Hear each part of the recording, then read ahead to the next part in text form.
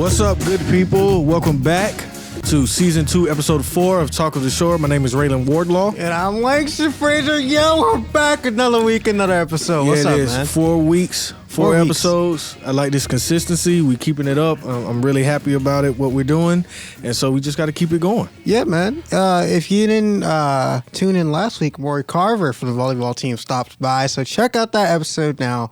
It's available wherever you get your podcasts and on this YouTube channel. Absolutely. So, you know how we started off. What's the HBCU fact of the day? HBCU fact of the day. I'm still kind of sad Black History Month is over. Hey, we still keep it going, though. But we still keep it going. Black I got a fact all for the you. time. I got a real good one. So, James Weldon Johnson, best known as composer for the national Black anthem, Lift Every Voice and Sing. Mm-hmm. If you don't know that, then I don't know what you're doing.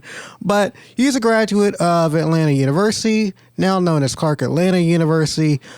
His song started out as a poem and basically transitioned into a song after his brother John Roseman Johnson set it to music in 1899. That's a long time ago. It is a long time ago. And it's funny, I actually didn't know Lift Every Voice and Sing was the quote-unquote Black national anthem until I got to college. That's understandable. Because they didn't teach it to us, like, in school. Interesting. But I knew the song because I went to an AME church, so we used to sing it all the time.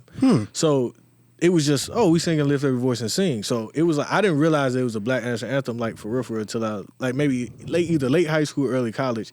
And then it was like, the Black national anthem. I was like, you talking about Lift, like, I know that song. Right. So it's like, I knew the song, but I didn't know people referred to it as a Black national anthem until. Right. And you talk about kind of singing and performing the song, but it was performed in public in Johnson's hometown, Jacksonville, Florida, as part of a celebration for Lincoln's birthday. Okay. Back in Abraham Lincoln. Yeah, Abraham Lincoln. Back in February 12th of 1900 by a choir of 500 school children at the segregated Stanton School, where James Weldon Johnson was principal, according to the NAACP. That's your fact of the day. Hey, that's a good one. There we go. That is a good one. So, I'm going to say this really quickly. You ever seen The First Coming to America? I have not. I've seen all clips. I haven't watched the full thing. That's my favorite movie of all time. Noted. So the second one's coming out tomorrow. Hey, I'm so excited for it. It seems really good. I'm ready to watch it. I hope they don't ruin it because it's my favorite movie. But what in that movie they talked about like royalty and like people in high places. Right. I guess it's like high Eastern places. Shore royalty. You know what I mean? there. We got somebody in high place. He giving me the look. He don't want me to. That's side eye. It ain't. He don't working. want me to talk about it like that. He's a humble guy. Unlike most people from his part of the country. But we'll get into that. To my right, our coach is Coach Fred Batchelor of the women's Hawks basketball team. How you doing, Coach? I'm great. Happy to be here. Thanks for coming. We said we had a special guest last week, and he came through. He's special. He's special to us. So, Coach, first of all, on the show we ask people where they're from first. So, where are you from? Originally from Buffalo, New York. Buffalo, New York. All right. And so, I know a lot about the 716. One of my good friends in college is from Buffalo. Heather Feldman, she's from, Eden, basically Buffalo. So we'll take her. Y'all take her? Yeah, we'll take her. Y'all take her. All right. Cool. So, can you give us Buffalo in 3 words? Rough, tough, and cold. That may be the most self-explanatory. Why rough, tough, and cold? Rough, tough, and cold. We call it Rough Buff. Right. It's a very unique place. It's kind of a country town in a northern city, northern state. Everybody gets when they say New York, they assume that includes that Buffalo is right there, and we're closer. We're actually geographically closer to New York City from where we are right now than being in Buffalo. Interesting. We're on the border of Canada. Right. It's closer to Cleveland, about 3 hours from Cleveland, over Lake Erie. Detroit, 5 hours away, closer to Detroit. So it's kind of got like a real Midwestern flair to it. Right. And I really didn't realize that until I spent some time in the Midwest. Oh, yeah. And connected with brothers there. It was like, wow, this kind of seems like home, which was a lot different than people from New York City. Right. So it's a real unique place. It was a steel mill town. So it's one of them cold like Pittsburgh. It's one of those, tough places. The weather is really challenging at times, but the people are nice, and our football team is rocking right now. But yeah, no, that reminds me. We were talking one time when I was telling you about I was living in Indianapolis, and you was like, "Yeah, Indianapolis and Buffalo kind of mirror each other a little bit." So now that makes more sense, especially when you are so much closer to those Midwestern cities than you are to New York City, which is, if you're from New York, everybody just feel like, oh, what borough are you from? Mm-hmm. Instead of, there's other parts of New York besides, the city. So that's good to know. Interesting. So let's kind of dive into, before we jump into the basketball realm of what you do. Obviously, you're in your 16th season here at Maryland East Shore, but let's go back. Started and graduated college, Valley Forge Christian College, 88. Got your master's. I'm from Buffalo State. And also, while you're Valley Forge, put up over 1,600 points as a point guard. Kind of tell us about your basketball experience coming up, and let's get into the Maryland side of things. Well, basketball is life for me, especially at that point in time in my life as a youngster. And I had the opportunity to go to school. It was the only school that really recruited me. I wanted to go to Howard. I wanted the HBCU experience, but my high school coach, old Jewish dude, told me you will not be able to play with those big black athletes. So they sent me to a predominantly white school where I was one of the most athletic people there, and it worked. I was able to have a great career there. I went with a couple guys from high school. We all went together, three of us, and I was fortunate to graduate. Which was the greatest accomplishment. I didn't know that then. I was just trying to stay eligible. And at the end of the day, I was close enough to graduate, but I couldn't go home anyway. My mom wouldn't have played that. So that experience was a great experience. It really took me back to my foundation, which was being raised in the church, and having an experience like going to a Christian college was unique in the sense of the discipline, the expectations, and the opportunity to really grow and connect with my Savior. So that was the experience was, and the foundation is one of the reasons why I believe I'm here today. I owe the University of Valley Forge a tremendous debt for what I was able to get going there as an inner city kid, first generation college, and the way they took me in and took care of me and helped me to reach my fullest potential on and off the court, and more importantly, spiritually, was a huge benefit. And from those things that you learned then, how often do you think you use it on the day-to-day now? I was very fortunate that I had a coach by the name of Dominic Mione, who I think he played there. He played at Slippery Rock initially and transferred there. He was a great player. And he used to pull me aside, and he spent a lot of time, like, just filling into me. And he said, you need to really understand what does it mean to be a man of character? Growing up, my mom and dad were 15 and 16 when they had me. And my grandparents, my maternal grandparents were blind and poor in the projects, and that's where we grew up and I lived. And so my parents were also challenged with being teenagers and having two kids. So my dad went through what he went through, which kind of left me without a whole lot of guidance from a male's perspective. Thankful today I have my father in my life. He's always been in my life to some point or another, but the challenges that we face growing up. So coaches always played a role, huge impact in my development beyond basketball. And my coach talked a lot about character, and it's funny because as I'm taking classes right now and working in school, and one of the biggest things I keep going back to is character. One of the things I go to with my kids and coaching them day to day is character. And he used to always say, this saying that the little things, there's nothing bigger. And we would be talking about how to break a press. We'd be talking about how to do your homework. And he just keeps saying it, and it's stuck with me. And there's probably not a week that goes by that I'm not talking to these kids about the little things. And so that experience really was a great foundation. I believe I was blessed that God placed me there for my development, because at 18, if I had been anyplace else, I don't know if I'd have made it out of there. So what you're saying is Howard may not have been the place for you. You could have been up there, you may have found Kamala, you know what I'm saying? My friends used to go to Howard's homecoming, and they used to talk about that experience. I think for me, if I had gone there, it would have been homecoming for like the first 6 weeks, and then I would have been home before the semester had ended. Home by midterms. Yeah. And then my mom said, you're going to be going in, I've been in the military or something, because I wouldn't have been able to go home. But I don't think I would have been able to handle the structure that they have at a place like Howard. Got you. So just open-ended, what's like, any fun facts about you? It could be from growing up, something you do now, just, something that, you feel like a lot of people don't really know, but, kind of makes you you. Wow, that's interesting.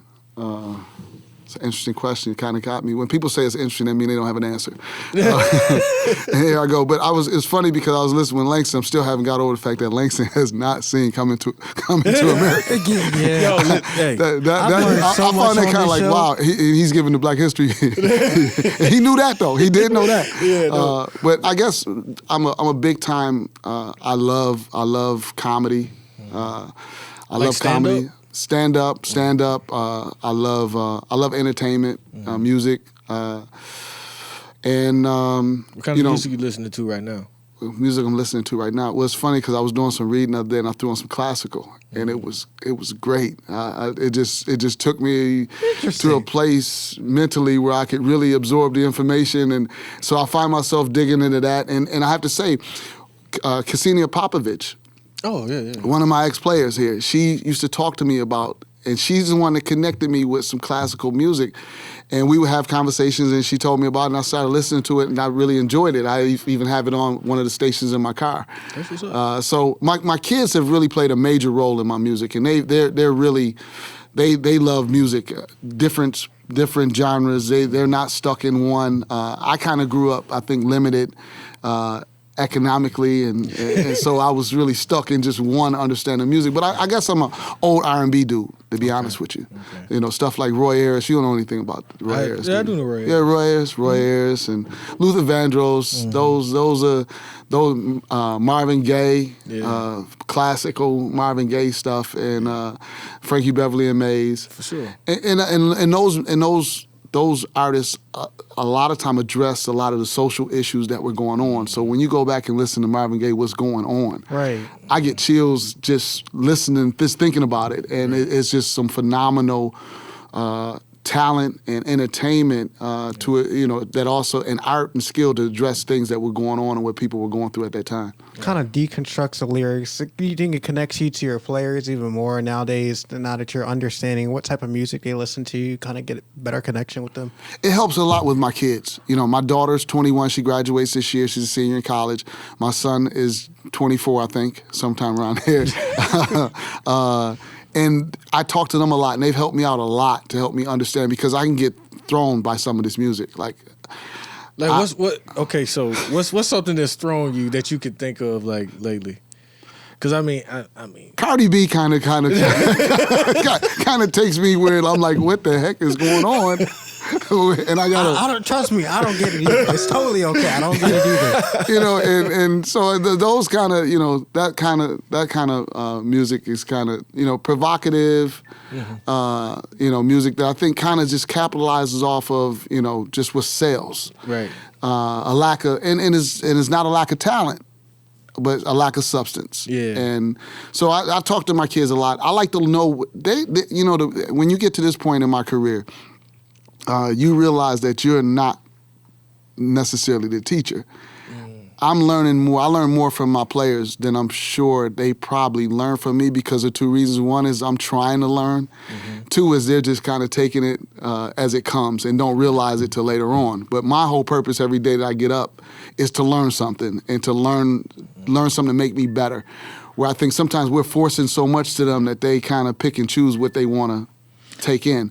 But for me, those kids teach me a lot. And we'll sit down, we'll talk about music, and it's funny because we'll talk about some songs or something, they'll play some songs for me, and then I'm spending with my niece in another situation, and she's playing it, and I'm listening to it, and then I text the girls a song, and then they just like lose it. Oh, how you know that? Yeah. You know that. So the young people keep you young. I think the music, even though I said what I said as far as some of the stuff, I think the young music, it evolves, things change, and I think we can learn something from all of it. Yeah. Good deal. So you started here. You got the head coaching job 16 years ago. Kind of what attracted you to this area? Obviously, an HBCU, kind of rich history with Maryland State. Now transferred into Maryland Eastern Shore. Kind of what attracted you here? Well, I left Buffalo and went down to Elizabeth City, and I was at Elizabeth City State University, which was my first HBCU experience. It was really, really a tough job. I was living in Virginia Beach and commuting down, which made it even that much tougher because it was not a very there wasn't a whole lot of opportunities in Elizabeth City to find a place to live with young kids in school. So the Virginia Beach area was really good for that. But when I got a phone call from Mr. Townsend, and Mr. Townsend, those of you guys don't know who he is. He's in the NACDA Hall of Fame. He was in the Hall of Fame here. He was one of only 6 black athletic directors in the country when he was the athletic director at the University of Buffalo, where I coached men's basketball as an assistant coach and connected with him. Also, Mr. Davison was there, and he was working in student services. So we were co-workers in Buffalo 20-something years ago, and Mr. Townsend, who became a mentor to me, helped me get in school. He was the major reason why I was able to complete my master's degree. And when he retired from Buffalo and moved up here, and then he got the job here, I'm just talking to him one day, and we're having a conversation, and he told me that his women's basketball coach job was open, and he wanted me to come up and apply. And for an opportunity to work with him, he was a tremendous man, tremendous leader, transformative guy. He took University of Buffalo from Division III to Division I, and just a phenomenal person from the Eastern Shore. So when he had me come up here, I met Mr. Davison, who was working with him at the time, and spent the day and drove around. I just was amazed at the beauty of this campus. This campus, I felt like I didn't know this, but I said to him, this could be a place that I could be for a long time. I had never been anywhere for more than 2 years at that time. Every place I had bounced, jumped around. So when I came here, I had no idea, but I did feel an attraction. And the major attraction for me going forward from that is the people. This is tremendous people here on the Eastern Shore. Just nice, genuinely nice, caring people, and I feel very comfortable in this environment and with these people here and on this campus. And then the kind of impact that being at a historical black college has had on me has really led me to be a strong proponent for this type of education and the value that we bring and what makes us unique and helping our people understand and stand true to our purpose, our original purpose, vision, and mission.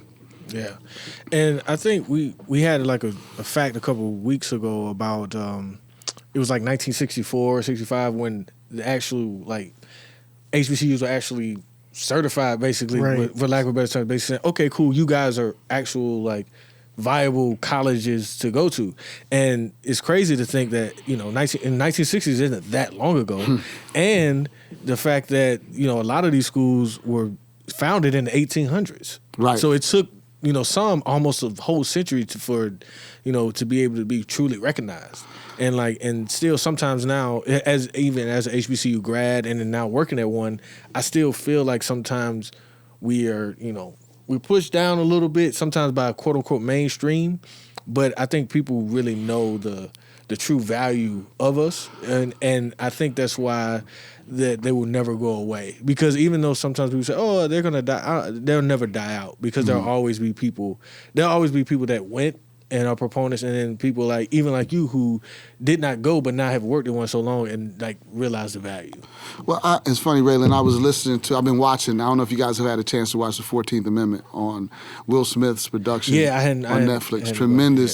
Tremendous learning, and you got to get an idea of why we are where we are as a society. And I think until we as African Americans start to truly value ourselves, I don't think we can expect others to value what we have. Sometimes, in even recruiting, the fact that we are an HBCU becomes a challenge.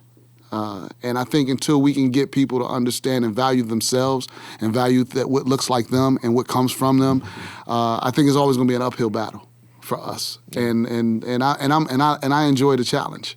I enjoy the challenge because I think once you realize something and you learn something, and like you guys, I'm watching you guys when you started, and I just want to applaud you for what you're doing. This is extra work. And I'm seeing the excitement. I listened to a couple, the quality, the passion that you put into this. When you find something that you love to do, you'll do it for free, but you're so good at it that they'll pay you for it. Right. That's when we find our value, when we start to see our true value. And I think, I'm not talking to the choir because we understand this, but as a whole, I think you'll see a different quality that we have to offer. Right. And, Langston, what do you think, just for you, what do you think it would, it's going to mean to you, once you graduate in a few months, to, be able to get those HBCU grad shirts and, wear them? I haven't fully digested it yet. Yeah. It hasn't hit me. Talk to me after, midterm, spring break, when the clock is really starting to tick down. But I think I'm going to have a greater appreciation for what goes on here, just not at this HBCU, but any HBCU. Yeah. It's something different that you can't get anywhere else in the world. Yes, it has its challenges and its downfalls, ups and downs, long lines in admissions, long lines in financial aid. You're one guy in athletics who's willing to break your back and bend over backward to help you. It's those things make you who you are. Mm-hmm. And it's great to say, coming, May 14th after 2:00, I was made at a HBCU, and I'm so proud of that. Both my parents went to an HBCU. Majority of my family went to an HBCU. Kind of continuing that legacy on to the next generation of people. Because I know my time here, is almost done, but it's transferring, preparing the next wave of Hawks. I wrote a recent kind of statement to put out there for some alums earlier this morning. It's helping the next generation of Hawks kind of get ready to experience, life. Right. Which I think is super, super important. Yeah. I think for me, when I graduated, I think it was the sense of pride I had, really elevated. And not just for my university where I went to school, but for any HBCU grad I get around. And so I think that's something that comes from being here, is really cherishing who you are, knowing who you are. Because I know some of my friends ask me, they say, well, is it truly getting you, quote unquote, prepared for life? Yeah, but it's finding yourself along the way, too. I said, yes, for sure, because it makes you find yourself and be confident in yourself. And as long as you're confident in yourself, that is what propels you in life, I really think. So it's funny when you say it, Ralan, because they would never ask that if you went to a PWI. No, they wouldn't. and that's what I'm talking about as far as us understanding the real value. Understanding ourselves, and appreciating ourselves, because that is really, I find that very peculiar that they ask that question. And this is dudes that I grew up with, that I've known since young kids, and they was asking me because they we all were in college at the same time. And their experiences were different than mine. And it was part of it was because I was, around my, quote unquote, my people all the time. And our culture wasn't accepted. It was the norm. It was what we are. You know what I mean? Do you think in a way that almost, I've heard from folks that dumbs you down and kind of weakens kind of your emotions of what's going to happen in the real world, because you're kind of subjected to a culture for so long, being around my people. I don't even think you're subjected. I think it's just the fact you're not really subjecting yourself. You're really getting a chance to embrace who you are at all times. One of my really good friends one time, he was on this panel when we were in college. I'll never forget. He said, I came here because I'm a minority my whole life, but I wanted to spend at least 4 years and feel like at one place I could be the majority. Wow. Once you leave off campus, you're back into, quote unquote, the minority. But when I'm here, when I'm on campus, I am the majority. And what I say, who I am, the music we listen to, all of that, it matters. So, Langston, I think you make a great point, though, because I think there's a lot of times that we do sometimes I don't know if, making us better. Are we more challenged when where everyone looks the same? Right. And I talk to my kids that I recruit, specifically kids that I recruit from the North. Not necessarily the South. Yeah. They're usually accustomed to it. But the kids from the North, they will come down and they will kind of lose their edge a little bit because they will get comfortable. But that goes to their individuality. I had a young lady come in and speaks to your point about, are you going to be prepared? I had a young lady come down, Shanice Stewart, came down from New York, New Rochelle. She was a mediocre student out of high school. She came in, she wanted to be an engineer. And we said, okay, sure. Which I love about being here is that we're not going to look at your transcript and tell you why you can't be an engineer. Right. We're going to sit and we're going to look at you in your soul and ask you, are you willing to do the work to become an engineer? And that's the difference that we offer than any other place. And this young lady came in and she worked her butt off in the classroom. She was the only African-American female in the program. And there was times that she would call me. She started for me since she was a freshman. There was times she would call me and tell me she couldn't come to a game because she had class and she couldn't miss the class to go to the game. And I talked to my colleagues about that and they go, you must be crazy. Ain't no way in the world a kid's gonna miss a game to go to class. Well, at HBCUs and at the University of Maryland Eastern Shore, we understand what our mission is. And our mission is to produce engineers and doctors and lawyers. And so this young lady got through. It was difficult times sometimes, but she graduated. And then she went on the RIT. And I'm gonna be honest with you, I go back to how your friend said would be prepared. I was a little concerned whether she was gonna be prepared, but that was my ignorance. She went to RIT and graduated and then ended up going to another institution, prominent institution for a PhD, and works at IBM at this point. And she's a product of University of Maryland Eastern Shore, where she probably wouldn't have been able to get into an engineering program at a PWI. Right. So that's the one thing. Those are the things that we offer. Because it's not for everybody. Just because you're black. Oh no! Doesn't mean No. You should go to HBCU. It's not for everybody. It's not. This is unique experience. And when I walk around and out on the recruiting trail and everybody's got their shirts on and they don't even look at your face because they identify you and qualify you by the logo on your chest. Which is sad. Which is very sad. Very sad. And so I love those shirts with the HBCU, the big HBCUs on the back, because to me, that's the most prideful thing that I'm wearing, is that.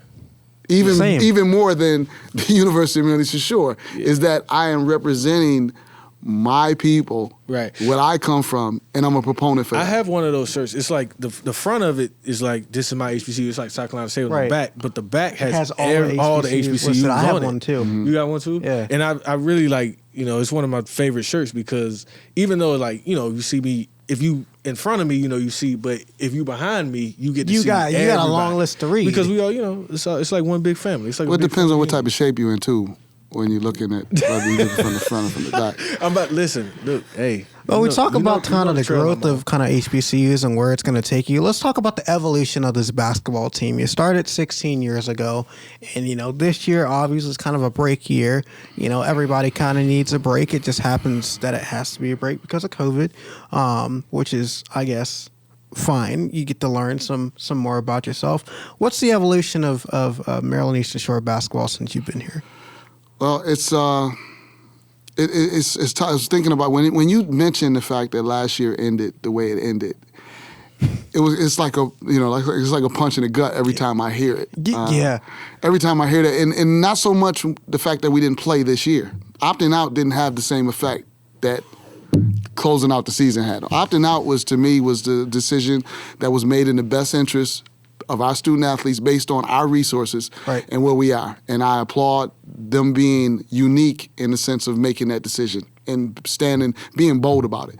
What happened last year was really tough because those kids had really come around. I was listening to Amanda's podcast and she was talking about the fact that we were really struggling. Prior to homecoming, I believe we were almost, for the first time in all my time here, in last place. We had lost to Coppin at Coppin. On that the buzzer beater. Coppin hadn't won a game. Yeah, the buzzer beater. Coppin was and we lose that game as a buzzer beater. It was the lowest point of my experience here at UMES.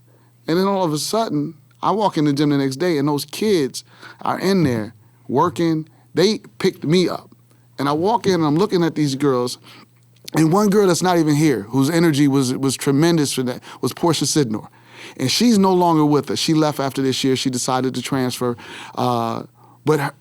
This was a kid that had been in our program for 2 years. So our culture is what has sustained us. Our culture is what really is the difference. Our culture is what's going to win us a championship. Our culture is what got us to where we knocked off the number 1 seed and we're going to advance. Not necessarily talent, not necessarily coaching, but a combination of culture, leadership from my boss, Mr. Davison, to the support staff in that department, and his boss as well. But I think the thing that evolves for us and that we're trying to capitalize off is building a culture of success. We're graduating kids at a very, very high rate. Not only are we graduating just graduates, we're with honors and really special professions beyond that. So our evolution is just to continue to kind of live by our core values, which is academics, citizenship, and competing at a very, very high level. And that's what we expect from our kids. And our kids, it's funny because when you talk about the evolution, once you empower your kids and they take it, you can really, I'm kind of on cruise control a little bit with these kids. I'm watching it with our freshmen. They're creating the expectations, the upperclassmen. And we have to work at keeping it because I think it becomes a matter of managing it and supporting it and massaging it and loving them and leading them. So our evolution is, and I believe that the best is yet to come, and what we've been looking for from our program.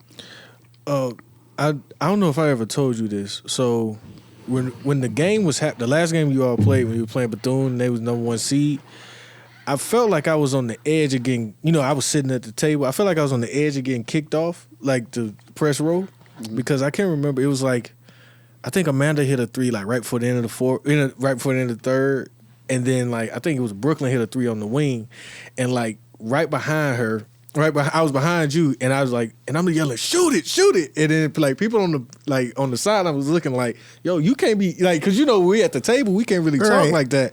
But it was like kind of like what you were saying, like how I saw, because I was there, like seeing like, yo, we lost a Coppin, like but like just seeing them like gotta keep getting better and better, and then that was like, I was like, yo, they're really playing their best ball right now in the middle of the tournament, just beat the number 1 seed. So it was kind of like I got into it, and I'm sitting there holding my hands up like shoot it, and then for all that to fall like out of our control, but for them not to finish that run, it kind of it hurt everybody involved. Yeah, those kids, and I felt for those kids, especially when I was listening to the seniors, AJ and Choma and Diana. Those kids were truly committed to the program. Beyond themselves. It wasn't about them individually, and for them not to be able to experience it after carrying us through probably their leadership was probably the most difficult challenge of all the kids that they had prior to them. But that day, the day before, that week, I lost my dog.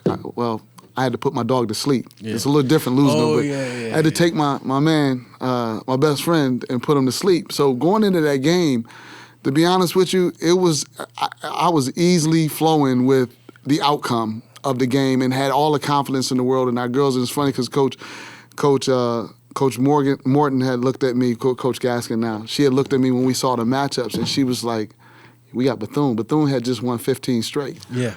Bethune they led the league in scoring. They led the league in scoring defense.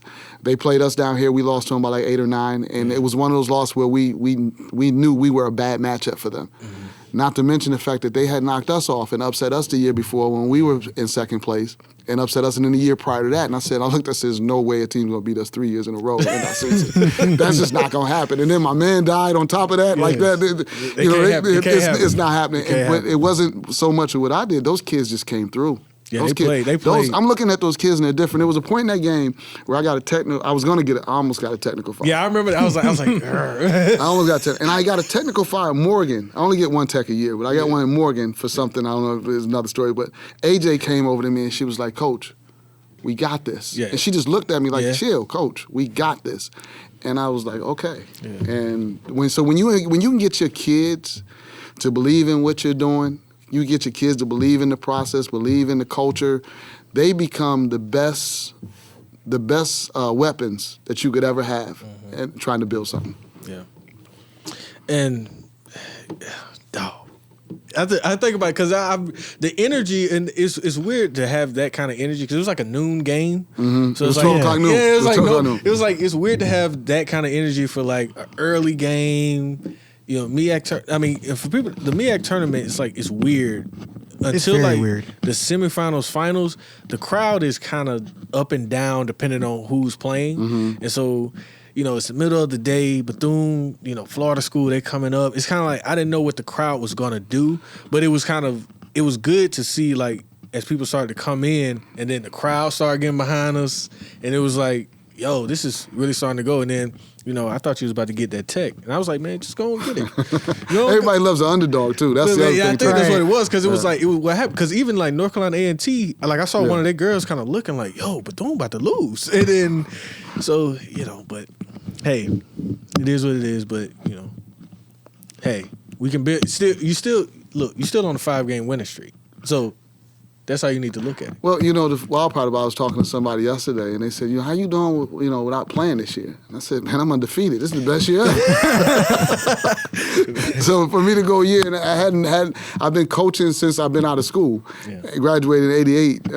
Been coaching every year since. I've been very fortunate to do that.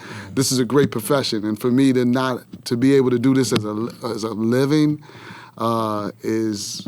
You know, outside of my 2 children, this is the most special thing, you know, in my family. This is the most special thing that I've been a part of is having a career where you coach a basketball game. Right. Has it kind of opened your eyes, kind of to pause and not playing as far as basketball is concerned, kind of getting you more chance to spend with your children, or, you know, pick on an activity that you really didn't get to discover about yourself when you were younger? Or you're right. It did. When this happened, you know, initially I thought about, I said, when the season ended, I said, I'm going to write a book, you know, and about a book. That was like maybe on Monday, and then Wednesday rolled around, and I hadn't wrote anything. And then Saturday rolled around, I hadn't wrote anything. I said, damn, man, a book is a lot. That's a lot to do. It sounds good. And then I get a phone call from a friend of mine, Hugh Bedell, and he says, yo, man, I'm doing a co-authoring program. Yes. You know, would you like to write a chapter? Yes, led to 2 chapters. So I was able to participate in that. I started an LLC, Fred Batchelor Enterprises, to start to tap into like leadership experiences and opportunities, and which the tag is, you know, the art of leadership is found in the mastery of self-discovery. So in an effort to try to find more about myself, I got back in school, working on my PhD here at University of Maryland Eastern Shore in organizational leadership, which has been tremendous experience. I don't know if I ever graduate. I don't know if I'm ever going to graduate, but the learning is tremendous, and it's helping me every day. It's helping me every day with my kids. It's helping me every day with my boss. It's helping me every day with my coworkers and my subordinates. So it's been a tremendous experience. So I've tried to make the most out of this experience by not playing, so that I can be a better me for myself, for my family, my kids, but also a better coach for my young people, and a better employee for my boss in the University of Maryland Eastern Shore. Right.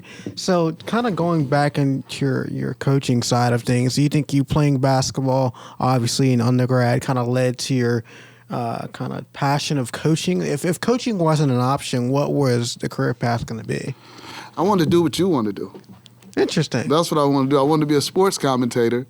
I wanted to do TV. And then my English teacher told me, you'll never get on TV. She also told me I'd never graduate from college. You did that too, twice. That's what I would have liked to have done. But I really think I found, even beyond coaching, I think I found my purpose in leadership. And coaching has just been an act to follow through on that, because it is nothing but leadership. And I've always wondered sometimes that I loved the game. But I always felt like sometimes I lacked that overwhelming love for a basketball and the net. And you know, guys would talk about how much they loved the sport. And I always felt like the sport is great. I remember when I won a championship my first championship coaching women, and afterwards it was kind of like, is this it? Like, it was kind of anticlimactic, a little empty, although a great experience. I think leadership provides me more of an opportunity to have a greater impact beyond the game. And I think that's what also has kind of helped with our young people within the game, because you had Amanda on here, and I'm listening to what Amanda's stats have been. You talked to, we had CC on last year. But there's a lot of kids that never get that. They never get recognized. So your involvement with them, at what degree does it elevate them when they're not being recognized for something that they do, unlike the 1/3 of the kids and the starters or the kids that play? So, for me, it's been more about finding my niche in this world and my purpose, my mission and purpose as a man of God, and what responsibilities come with that. And I think that I find my niche in leadership, and I'm thankful that the University of Maryland Eastern Shore gave me 16 years to practice what that really means. I'm curious when time is said and done, what this dissertation is going to be. I'm curious. This is going to be good. I'm going to tell what they say, a good dissertation is a done dissertation. So that's my problem. I have 1,000 ideas of what I would like to do. But at the end of the day, I like to settle into something that's going to make a difference. I've been really fascinated with the whole stats of the fact that if you look at stats, I'm trying to find, I've heard some people identify this, that HBCU graduates are like 50% of black doctors, 50% black lawyers, 50%, high percentages in the profession, but yet only 3% of the institutions that produce them. What is it that only 3% produces 50% of the population of that career? That to me is an interesting study beyond athletics. Right. I think I just speak to myself personally. I think when we go, I think it's more. I was taught it's kind of. I'll take it back. For me, my mom and my aunt, her sister, they both went to South Carolina State like I did. My mom got out of South Carolina State, went straight to University of Georgia, graduated, and my aunt, she got out, went to Furman, graduated. So they both went and got professional degrees. So that was already kind of in me, continue to educate yourself beyond. And I think when I was in school, my teachers were feeding in me, education never stops. You need to work, but education never stops. So I think at HBCU students, we kind of sometimes are feeling like, hey, number one, sometimes I know for me personally, sometimes it's like, all right, sometimes they don't respect me. So to get my additional respect, I need to go to one of your quote unquote prestigious universities, right, or your top universities, and show everybody there that I'm still prepared. I was ready when I got here. And then it adds an extra level of credibility. Mm-hmm. So I think sometimes it's that thought process, that underdog mentality, I'm gonna go somewhere else and show you what I can do. Because when I got to grad school, I was ready, and when I go in there, I'm like, man, people, I'm sitting there talking about, hey, I worked in sports information, blah blah blah blah, and then one of my classmates was like, yeah, I just came in from Mississippi State. My last job, I was interviewing Dak Prescott every day. Mm-hmm. I can't compete with that, quote unquote. Right. But I know when we get here and we're in the same spot, I know I'm going to work to try to do more than I can ever, could have ever done, because now I'm in this position. So I feel like sometimes in the universities, it's more like, hey, because you're gonna be, you got a chance to interview Dak Prescott when you were in college, or XYZ, if you're at Alabama, you get the chance to do that.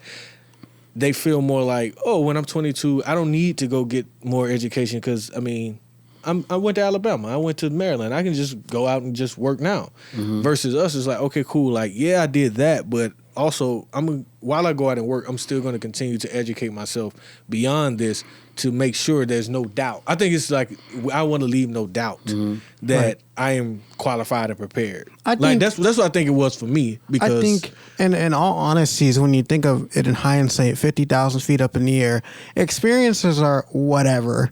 But it's how you use it. It's what really matters. For sure. Because if you can kind of craft a story and use your experiences to make a difference in somebody's life or improve your life, that's what I think is what really matters. And also too, the assistant superintendent of the school district I went to in high school, he was at my his wife and my mom went to college together. So he was at my like graduation cookout from high school, and he like looked at me and told me, he's like, Ralan, where you going to school? And I was like, yeah, I'm going to South Carolina State. And he wasn't even an HBCU grad, but he looked at me and he told me, he said, don't let anyone ever tell you that your degree is less than. He said, I'm telling you, he said, I'm hiring people all the time. I'm looking at degrees all the time. He said, unless, the only undergrad degrees really that people take extra merit in are probably like, Harvard, Princeton, Yale, like Ivy League. But even those sometimes they look, oh, what did you do? Because, sometimes a lot of those kids get in because of who their parents are sometimes. So he said, just don't ever like let them, deter you from whatever you want to get accomplished. So I think it's all of that kind of combined with how 3% gets to 50. Like that's just my theory on it. I don't know if there's like some true numbers to that, but I mean, I'm just thinking about in my like just people I went to college with or in my age group and the academic things that they've accomplished. Like, I mean, I freak out sometimes when I think about the fact that like people I literally have known since I was 18 years old are dentists now and lawyers now. In like Miami. Are you shocked? No, I ain't shocked. I'm not shocked. Or are you just like, wow, they did that? I'm not shocked, and I never. And it's just the fact that it's like, yo, like we said we were gonna do it, and we're doing it. I think it's more of like, you know what I'm saying. It's not like it's like I'm surprised because you know what I'm saying. Like my friend who's a dentist now, I met her when she was 18. She was like, yeah, I'm gonna be a dentist, and like she's a dentist now. I don't trip out that she's one. But, like, sometimes I'm like, wow, like, people talk about going to the dentist all the time. Like, I got, like, somebody that's a dentist just in my phone. Oh, hey, like, pick her up, like, just talk to them right now. Same thing with, like, lawyers and, engineers and just all that kinds of, like, things. Like, when it's just, like, a few years ago, it felt like, oh, these just people I go to school with. Right. Now, when I look at them. You got one of everybody. It's like, oh, I got to, I have these people, like, right at my disposal. I think that didn't hit me till probably like 2 weeks ago when I like kind of like was thinking about and somebody was asking me about like what the people I went to college with were doing in their life, and I was like, wow, like we out here, we doing some pretty phenomenal things that if you asked 10 years ago, you went to my freshman orientation and was like, hey, you got lawyers sitting out here, you got dentists in out here, you got engineers in here. Right. Look to your left. Look to your right. Right. You know what I'm saying? Like, that's pretty powerful, I think. Yeah, I think it has everything to do with the nurturing and the development and the development of grit, but the nurturing part that you get. Oh, yeah. Because when you come here, we're going to help you be everything you want to be. And not just here, but I think that's the different. I think at some institutions, predominantly at PWIs, it's about exclusion and eliminating. Where here, it's about building up and including and trying to push people there. And we lose them based on a lot of other things that I don't think they deal with at PWIs. But we deal with some things where we lose a lot of students. Our retention is not as high in some cases. But the byproduct when they come out of here is what they develop. It's second to none. Yeah, is something special. Yeah. So you talk about memorable moments for kind of you talk about memorable moments in your career as far as student aspect. Kind of what's the most memorable moment as far as a home game or a away game as far as basketball that's been in your life that you've really enjoyed?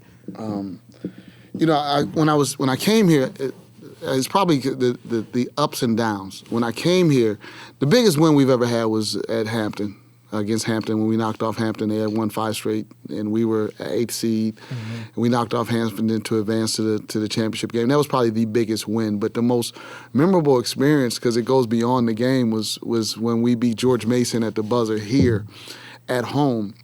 And no one knows that game might have been on a Thursday. Wednesday, it was hard for me to even get out of bed to get to practice, not because I was sick, but Syracuse had whipped our butts so badly 2 days before that in front of my family, because they were only a couple hours away. So my whole family came up, and we're sitting there playing Syracuse, and they are probably one of the top 10 teams in the country at that time. They couldn't miss. We couldn't get the ball over half court. It was the most embarrassing, lopsided loss that I ever experienced. And I remember you driving back, and I didn't go off on the kids after the game. I do remember that night sending them a scripture to encourage them, which was unique because I was really frustrated and But you my wanted to try to family keep was them in, there yeah, and all you- that. But I think probably 10 years prior to that, I wouldn't have done that. 10 years, it would have been about me. You know, you embarrass me in front of my family. I go home. Yeah, it'll be a bit about me. At that point, I think I was evolving a little bit and understood the value of those kids. It was more about them.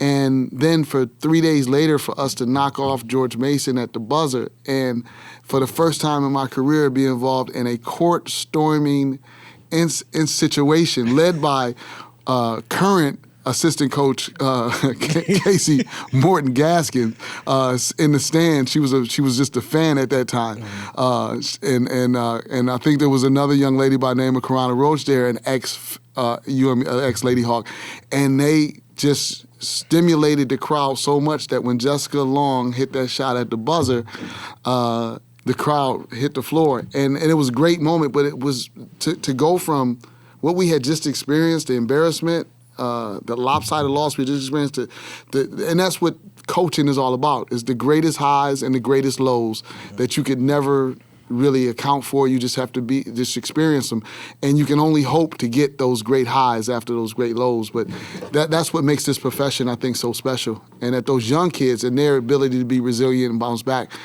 proved to be one of the greatest experiences. They gave me one of the greatest experiences that I had here at the University of Maryland Shore. So that was a home game. Any away games stick out, or is there a game that you think, hey, I would like to play in the future? Well, when we beat ODU at ODU on school day, it was school day. It was a midday afternoon game, and we came in and we knocked off ODU. And my two children, my son and daughter, were at the game with their friends. That was a special experience for me. And to sit in the press conference, and they just wowed about how disciplined we were, And I was like, you didn't expect an HBCU to be disciplined. And so it was, to me, it was a great experience for a lot of those reasons. And I'll never forget the impact that those kids had with playing the way they played on that stage, because I think one of the things that happens for us is that sometimes we don't kind of play our best in those stages because we're expected to not, especially when you're getting paid to come to play. Gotcha. No one pays you to come to win. Yeah. Right. They paying you to come to lose. So you're going up against situations that outgun you. Right. And for our kids to be able to look beyond that and find a way to be successful, it was great to be a part of that experience. Do you have any teams that you're looking forward to playing that you haven't played yet? Now, if you've been in the game 16 years, even longer, do you have any teams that this is a team I want to play at one point in time before you put the shoes down and you say, we're done? When I was first getting into business, I want to play them all. Like, okay, where's Gino? Where's Gino? I love to go up against Gino. Man. Where's Maryland? Don't hide Gino. Yeah, I'm looking for them. Now I've learned a little bit. I'm not really looking for any big dogs. I want to be the best we can be, and we take the games that's on the schedule. My prior boss and mentor taught me that scheduling is everything, and I loved going out to playing in Michigan, playing on the floor at Michigan, playing at Syracuse. And we've had some really good outings. Michigan, we down 2 at halftime, with Christy Velkamp coming home and had 18 points in the first half against Michigan. With Syracuse, it's an 8-point game with 2 minutes to go. And so we've been in those experiences, but I think the biggest thing for us is that the game we want to play in is the MEAC championship game. And then win that game. We've been in the game once. We've been close to it on a couple other occasions, but to win that basketball game is ultimately, that's the only thing I'm seeking from this point on. Got you. One last question. Well, not last question. One last question about like the coaching part, because I want to ask something like a little lighter. Mm-hmm. A couple years ago, you were named MEAC Coach of the Year during the, I think, 12-4 season. That was CeCe Byram's senior year. What did that particular recognition mean to you as a coach and as somebody who's been in it for that long, to be recognized as a conference coach of the year? I thought it was great for my boss, for the athletic department, for my staff, even for my kids, for them to have that honor. For me, I'll be honest with you, and I appreciate you saying that I was humble, and I try to be as humble as possible. But when they told me I was coach of the year, I told them I've been coach of the year. Well, I've been coach of the year many times before this. Yeah. And didn't get honored. And so the honor was a great honor, but it didn't define anything. Because sometimes the toughest years was when I felt I did my best. You're just giving it to me now because we're in second place. Mm-hmm. You recognize me now because we're in second place and my kids have played great. They deserve this honor. Yeah. But there was times when we took a team that, should have finished ninth and we finished third. Mm-hmm. And that's the time when I felt like, wow, this was Coach of the Year recognition honors. Mm-hmm. But to be honest with you, it was great for my support system, for my kids, for my mom, for the people who love me and care about me. I was really happy because it meant more to them than it probably meant to me. Mm-hmm. Because at the end of the day, I was happy for you personally, I think it was a lot of people were. Even my colleagues, I felt a genuine sense of they were happy for me, and I was happy too. Don't let me. Don't get it twisted that I don't want another one. Maybe they should consider me this year since I'm undefeated, right? But I at the end of the day, it really was a great honor, but it really wasn't anything that kind of blew me away. Mm-hmm. I think I would trade in 10 of those for a MEAC championship, and that's ultimately what matters to us and my individual success. Those things come and go. Those I was only here like 3 years. I was the winningest coach in school history after like 3 years. I stayed here long enough to be the winningest coach and the losingest coach in the history of the university. So those accomplishments and stuff don't mean a whole lot to me anymore as much as the accomplishments that bring happiness to the people that care, love, and support what you do. Those are the things that mean the most to me right now. Got you. All right, so something like we've been quarantined for a while.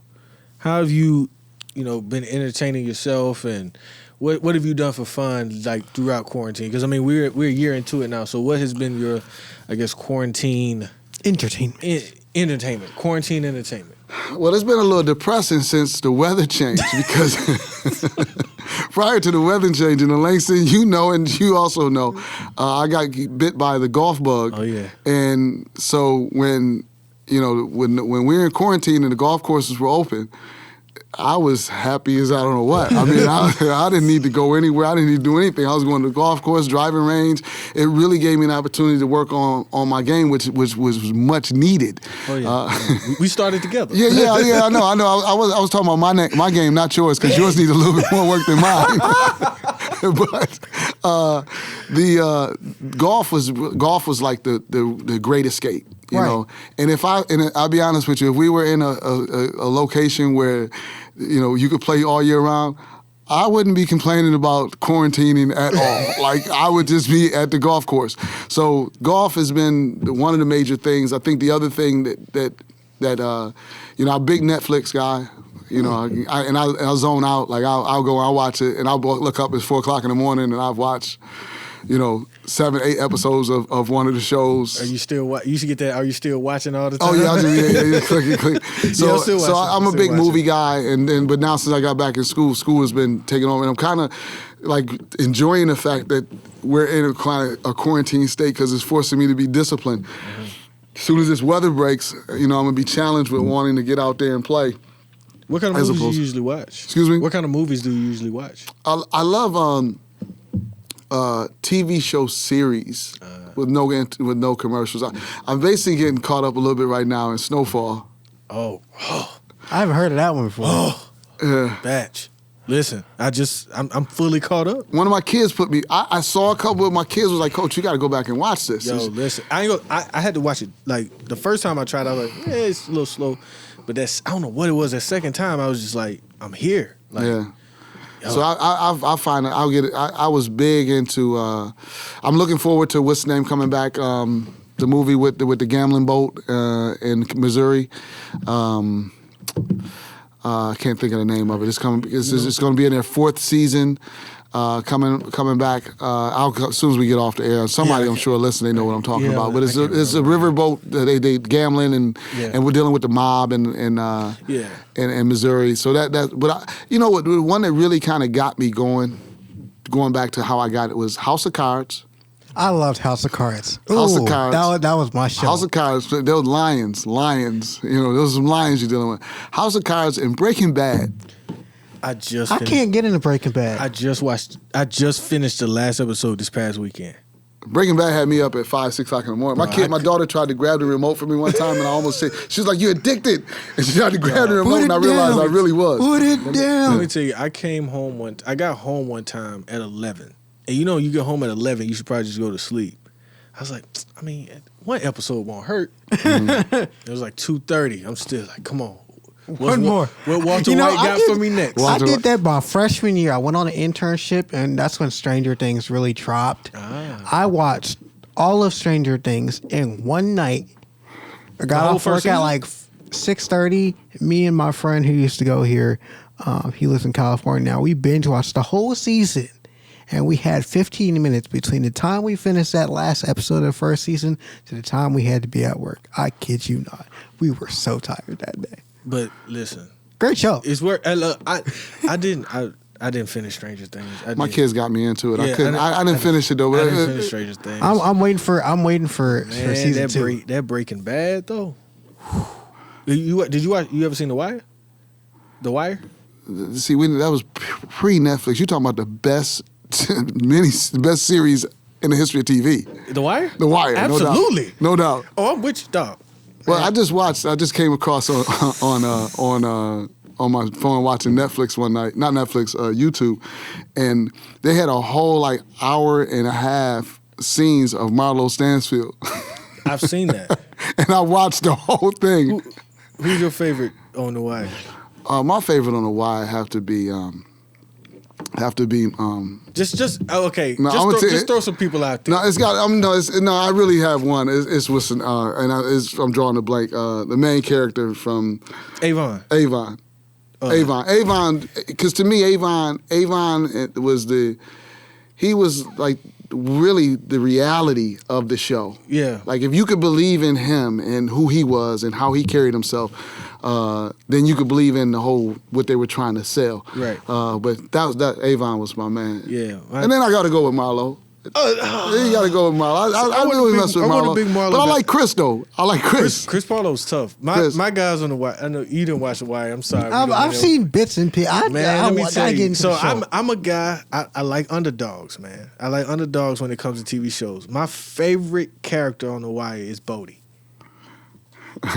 That's my favorite character on The Wire. People look at me like I'm crazy because he was never a kingpin. Mm-hmm. He ran his corner for a little while. Mm-hmm. He always was kind of answering to somebody, but he always never changed who he was. And they respected him. And he did have a level of respect. He was the only person that was a corner boy that had the kingpin's respect. Mm-hmm. And that's something that I was like, you could tell. Other than Mike. Other than Mike. Mike was real. And Mike came up under him. Yeah, that's what I'm saying. Mike came up under him. Like, that was Bodie his young boy. Bodie, like, he kind of was never that guy, but he always was, like, right there. You know what I mean? But Omar was probably the and Omar was next. Omar was next. Dude. Omar and Bodie, those are my two favorite. And then, because I'm a Wire head. Like, I'm talking about, I listen to podcasts about The Wire. I love The Wire. I would love to listen to some of that. Bro, it's The Wire is that show. Like, because I mean it's probably more relevant now than it was 20 years ago whenever it was coming out. Well, there's a show over in I believe it's overseas that they play on Netflix that Summer House. It's basically off The Wire. They do it. It's in Britain. Great work. Yeah, great work. Those are my shows, man. And then. I meant to. I don't know why it's coming up now, but remember early when we were talking about music and stuff. Kind of with you growing up in New York in the '80s, were you a hip hop guy, or you kind of just was like whatever? That's a good question. I mean, you got to realize I was I'm a little older, like, so it was the 80s. I was listening to Curtis Blow, and basketball is my favorite sport. I like to dribble up and down the court. Like that was like the old school stuff. But then and then when I went to college, that's when really in '88 it really started hitting off, and I was busy in my Bible at that time. Gotcha. I was a Bible student, so I was really it was I didn't spend as much time with the secular things as probably most college students do, which saved my life. It's crazy because I listened to it pretty often, but my parents didn't listen to it. Like my dad's actually, it's funny because like he's the first person I ever listened to rap music with, but he doesn't listen to a lot of rap music. Like he used to play like Sugar Hill Gang. No doubt. You know what I'm saying? He used to play Rapper's Delight. Yeah. And like Curtis Blow, stuff like that. And so I would listen to it, but then like he didn't like progress with it. But then like later, like he was the first person to tell me how Biggie died. So it's like, but it's crazy he was giving me this stuff, but he didn't really listen to rap. So who was your favorite rapper? My personal. Let's go to Langston first. Who's your favorite rapper, Langston? Jeez, my personal favorite. Fresh my Prince. My personal favorite No. is Drake. I like Drake. I think he's solid. I ride with Drake. See, I'm a hard, But then again, I'm young. Is Drake a rapper? I give him that. He's an entertainer. He's to consistent, and Eminem is pretty good too. Eminem got bars. Eminem was a bad boy. My favorite rapper is Lil Wayne. That's my favorite rapper. Really? But who do I think is the best rapper? It's Biggie. Okay, that's the best rapper. I think that's the best rapper. You know what I'm saying? But I do rock with you. Hey, I do rock with your boys from Buffalo. Yeah, they serious. Yo. Griselda, Benny the Butcher, West Side Gun, Conway. Yeah. I went to school with one of the boys' father. We grew up together. West Side Gun? Yeah. Man, listen.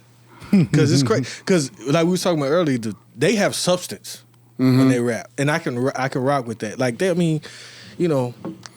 talk about drug dealing a little more than it's still, you could tell they was in the streets, and some of that stuff, I understand it, but I ain't deal drugs, but I can feel the passion that they coming with it. But they, it's like the Migos and the rest of them, which is fine. It was just fine. But like you boys from Buffalo, I rock with them. Well, you helped me understand why I would say Tupac, because of the messages. Yeah. The stuff he was talking about. He was really an artist in what he was talking about. But I guess it's funny because right now I'd probably say J. Cole is my. Oh yeah, no, favorite. J. Cole's really hot for me. As far as the like newer guy, like your Buffalo, they just came out. But like when I was in high school, I used to listen to like J. Cole, Kendrick, people who actually had something. Right. Like who was actually, I felt like I was learning something. That's why I like Nas. Like people who I feel like I'm learning something. Like I was, I'm listening to Nas and he was talking about like Aesop fables and stuff like that, and it make you go, what is that? But it make you like learn, right? Something. through the the other deviations of like what they just talking about. But it was giving me some substance, so I was cool with that. But yeah, man, interesting. All right, so we talk about messages, we talk about rap. I got two more questions for you. We're gonna let you go because we got things to do, places to be, people to see. Messages, the fans. We're in an off year, not playing any sports. What's your message to them when basketball returns to the shore? Oh, we'll be back better than ever. This is gonna be the best basketball team I think you're gonna see on the floor in all the time I've been here. Where we are, and it's because of all of those teams before them. This is a culmination of that. Well, do we have a CeCe Byram? Do we have a Jessica Long? Do we have a Casey Morton? Nah, we don't really know yet. We don't have one. We returned one kid who's preseason third team all conference.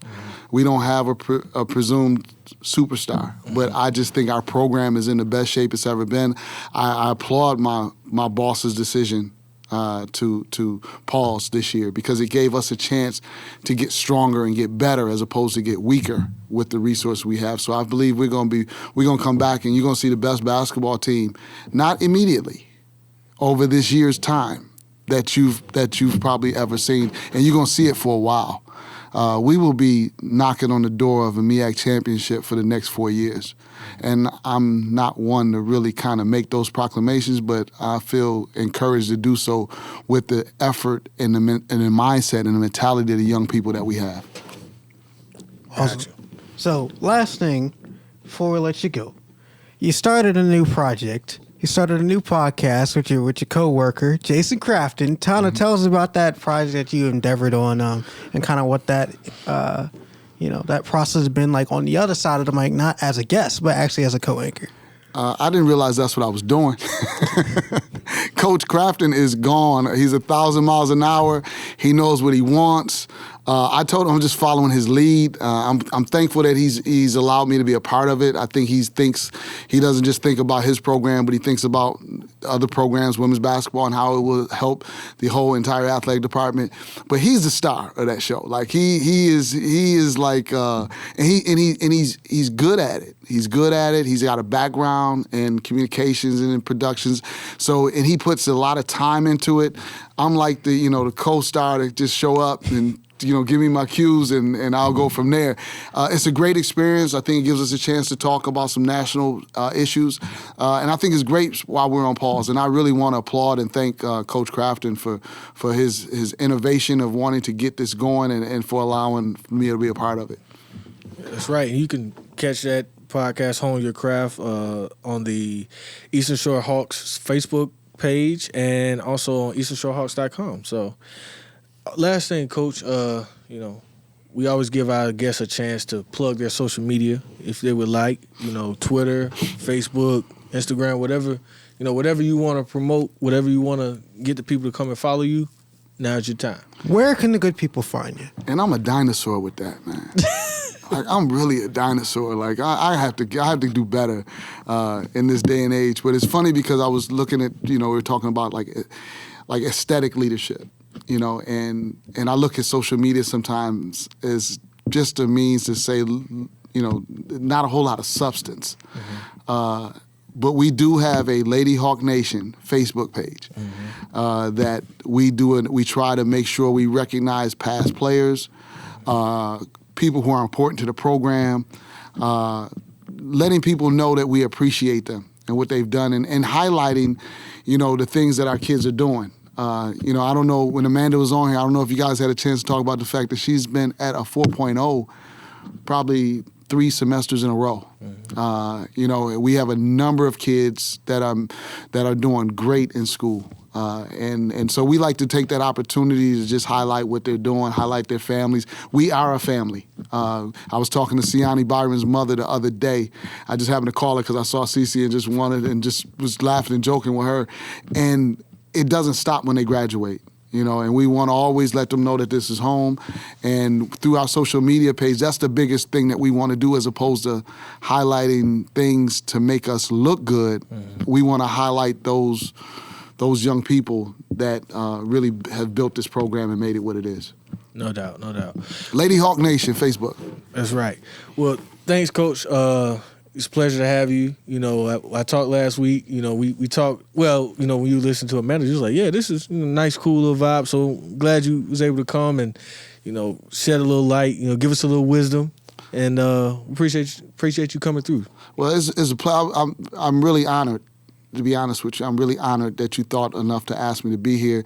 And then when you told me where it was, and the staff of Bill Brophy and the people that come in and do this stuff, volunteer, that want to support athletics and the media department, and then watching you two guys work, it's kind of giving me a different appreciation for your craft, your skills. So I just want to say I was impressed. I could have sat here the whole time and just kind of watched you guys get at it. And I want to applaud your efforts, man, and continue to support you as much as we can. Thank you. Thank you. Appreciate that. Well, that is it for us. Of course, we have social handles for our athletics department, which we would like you to follow, which I'll give them to you now. Twitter, we're at ES Hawks Sports. Instagram, ES Hawks. Eastern Shore Hawks on Facebook. And always, we're online at easternshorehawks.com. And you can follow me on Twitter, Ray_Law12, Instagram, R_Wardlaw, Facebook, Ralan Wardlaw, and LinkedIn. Yeah, you Google me, Law of the Land on Snapchat.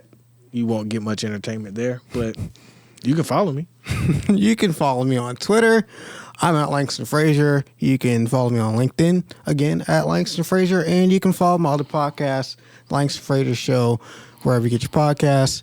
New episodes coming soon.